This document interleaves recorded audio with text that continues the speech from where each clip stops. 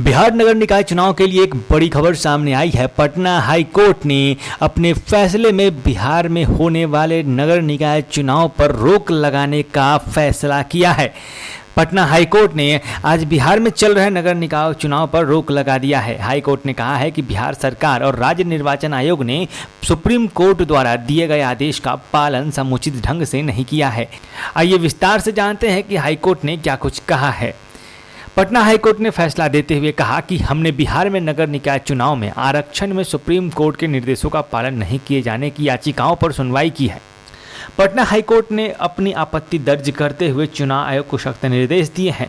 Court ने कहा है कि इस परिस्थिति में हम मानते हैं कि बिहार नगर अधिनियम 2007 अधिनियम संख्या 2011 के तहत बिहार राज्य के सभी नगर निकाय चुनाव के लिए ओबीसी ईबीसी श्रेणी के सीटों को आरक्षित करने में सरकार और चुनाव आयोग ने माननीय सर्वोच्च न्यायालय द्वारा निर्धारित मानकों का सही से अनुपालन नहीं किया है।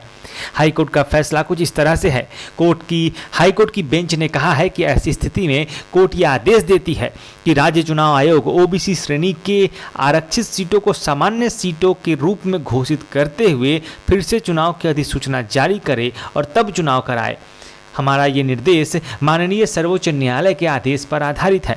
इसका मतलब ये हुआ कि अगर चुनाव आयोग चाहे तो जिन आरक्षित सीटों पर चुनाव हो रहे हैं उसे वह सामान्य सीट घोषित करते हुए एक नई अधिसूचना जारी करके चुनाव को लगातार जारी रख सकती है, लेकिन इसमें कुछ समय लगेगा।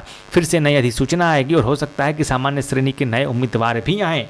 निर्वाचन आयोग ने एक स्वायत्त और स्वतंत्र निकाय के रूप में अपना कामकाज की समीक्षा करनी चाहिए। वह बिहार सरकार के निर्देशों का पालन करने के लिए बाध्य नहीं है, ऐसा भी माननीय हाई कोर्ट ने कहा है।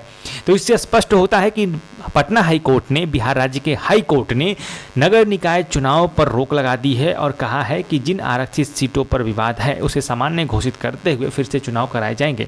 अर्थात चुनाव रोक पर एक तरह से बैन नहीं लगाया गया है, बल्कि चुनाव होंगे। हो सकता है कुछ तारीखें बढ़ जाएं और ये भी हो सकता है कि सीटों पर जो अब तक आरक्षित उम्मीदवार लड़ रहे थे वहाँ अब जनरल कैटेगरी के उम्मीदवार उतरें और मैदान में अपने दांव आजमाएं।